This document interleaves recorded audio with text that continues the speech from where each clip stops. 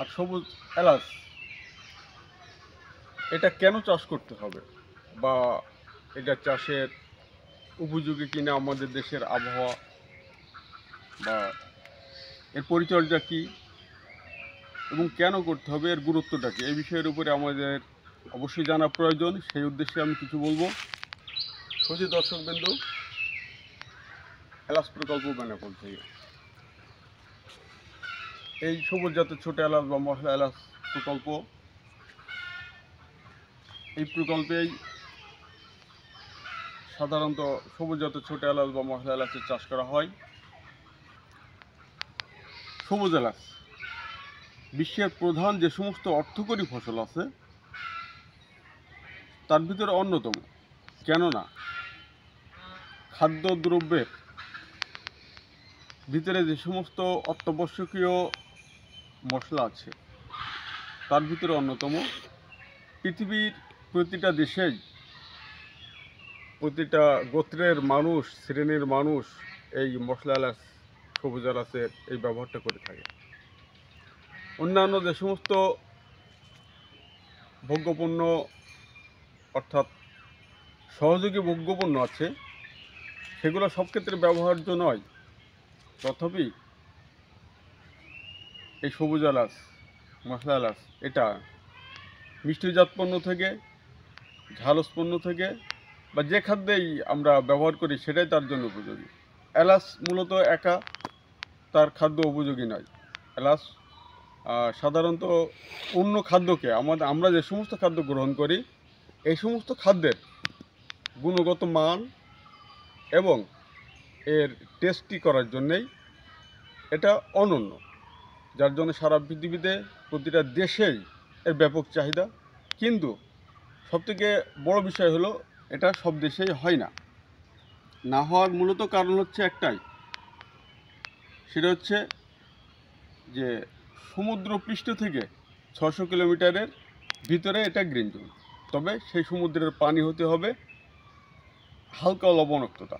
যদি কঠিন লবণাক্ততার পানি হয় সেই সমুদ্রপৃষ্ঠে এই এলাচের চাষটা কখনোই হবে না, যার জন্যেই পৃথিবীর সব জায়গায় এই চাষটা হয় না। আমি আপনাদেরকে আজকে তার আগে একটু দেখাই দিই যে এলাচ প্রকল্প বেনাপোলে যে এলাচের চাষটা করা হয় এটা কোন জাতের এলাচ।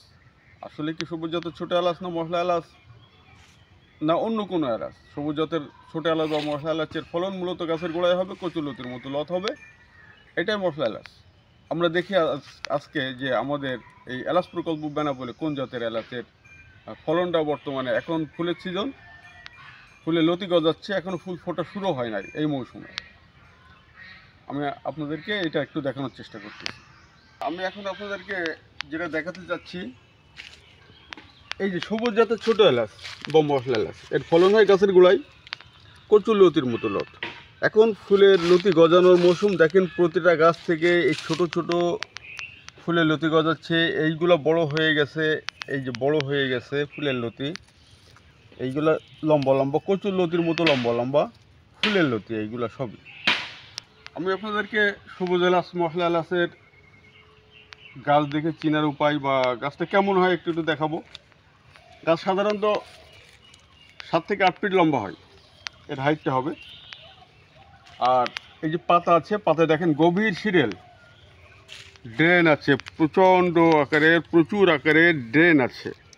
এটা সবুজ জাতের ছোটো এলাচ বা মশলা এলাচের গাছের পাতায় হবেই। আর যদি বাঁশের পাতার মতো সমান হয়, এটা মাঝখান দিয়ে একটা সিরিয়াল হবে। এটা জংলি জাত, এর গাছের পাতায় কোনো গন্ধ নাই। এইভাবে ছিঁড়ে যদি নেওয়া হয় কোনো গন্ধ পাওয়া যাবে না। এটা হলো মশলা এলাচ গাছের বা পাতার বৈশিষ্ট্য। আর একটা গাছ রোপণ করলে, একটা চারা রোপণ করলে যেভাবে গাছ গঠন হয় সেটা আমি আপনাদেরকে এখন দেখাবো। একটা চারা রোপণ করা হয়েছে, রোপণ করার পরে এই গাছের গোড়ার থেকে, এইটা মাদার গাছ ছিল, এই বোকটা হয়েছে, পরে এই বোক থেকে আবার এ বংশ বিস্তার করতেছে, এটার থেকে একটা হয়েছে, এই একটার থেকে আবারও একটা দুইটা বংশ বিস্তার করতেছে। এলাচ গাছের বৈশিষ্ট্য, সবুজ এলাচের বৈশিষ্ট্য এটাই, যেটা বংশ বিস্তার করতে থাকবে পর্যায়ক্রমে এবং বড় একটা ঝাড় গঠন হয়ে যাবে। যত বড় ঝাড় গঠন হবে ততই এর ফলন হবে, ফলন বাড়বে। যে বিষয়টা আপনাদেরকে বলতে রাখছিলাম যে সবুজ এলাচের চাষটা কোথায় হয়, সমুদ্রপৃষ্ঠ থেকে 600 কিলোমিটার এরিয়ার ভিতরেই হবে। তবে অতিরিক্ত লবণাক্ত পানি যে সমস্ত সমুদ্রেও তার পৃষ্ঠে হবে না। আর এটার আমাদের দেশের বা আমাদের একটা ধারণা আছে যে এলাচ চাষটা হয় না বাংলাদেশে। এলাচ আসলে প্রথমত দরকার হচ্ছে আমাদের জাতই যদি অরিজিনালটা না হয়, সবই জঙ্গলি জাত হয়, তাহলে সেটা নিয়ে আর লাভটা কি। এই জন্য প্রথমে আমাদেরকে অরিজিনাল জাত কোনটা এটার উপরেই প্রথমে আসতে হবে এবং এটা আইডেন্টিফাই করতে হবে। করার পরে যথাযথ চাষ পদ্ধতি প্রয়োগ করে সমস্ত কিছুই মেনে চলে তারপরে চাই যদি আমরা করতে পারি, তাহলে কেন হবে না বাংলাদেশে চাষ? না হওয়ার কোনো যুক্তি নাই, যেহেতু বাংলাদেশের আবহাওয়া এলাচ চাষের জন্য উপযোগী, মাটি উপযোগী, আবহাওয়া উপযোগী। সাধারণত কোন কোন জায়গায় চাষ করতে হয় সেটার উপরেই আমাদেরকে বেশি নজর দিতে হবে, কারণ ক্ষেত্রই যদি ভালো না হয় তাহলে তো আর উপযুক্ত ক্ষেত্র না হলে সেখানে তো চাষ করা সম্ভব না বা সেখানে হবে না। দ্বিতীয়ত হচ্ছে যে আমাদেরকে এর পরিচর্যা, সার প্রয়োগ থেকে শুরু করে যে সমস্ত ফাঙ্গিসাইড, পেস্টিসাইড যা কিছু আছে, হরমোন আছে, পিজিআর আছে, এই সমস্ত বিষয়ের উপরে আমাদেরকে সঠিকভাবেই জ্ঞান অর্জন করতে হবে, তথা এইটা প্রয়োগ না করতে পারলে আমাদের দেশে চাষ হবে কিভাবে। এই ধারণায় আমরা আমাদের দেশের মানুষ সাধারণত বলি যে বাংলাদেশের এলাচ চাষ হয় না, কিন্তু বাস্তবিক অর্থে আমাদের এটা জানাই নাই যে কীভাবে চাষ করতে হয়। যদি উপযুক্তভাবে চাষ করা যায় তাহলে অবশ্যই বাংলাদেশের মাটিতে এলাচ চাষ সম্ভবপর। যে হরমোন বা পিজিআর বা ভিটামিনের বিষয় বলছিলাম সেটা দেখেন, আপনাদেরকে একটু বাস্তবতায় দেখাই দিই। এই যে ফুল এসছে গাছের গোড়ায়, কচুর লতির মতো লম্বা লম্বা ফুল, এই ফুলটা যখনই আসবে এই ফুল ফুটবে, এই ফুলের লতি, এটা এখন সিজন ফুলের লতির ফুল ফুটবে। ফুল ফুটতে গেলে যে হরমোন, যে ওর ভিটামিন দরকার, এই ভিটামিনটা অবশ্যই আমাদেরকে প্রয়োগ করতে হবে, তাই না হলে তো এটা ফুল ঠিকভাবে ফুটবেই না।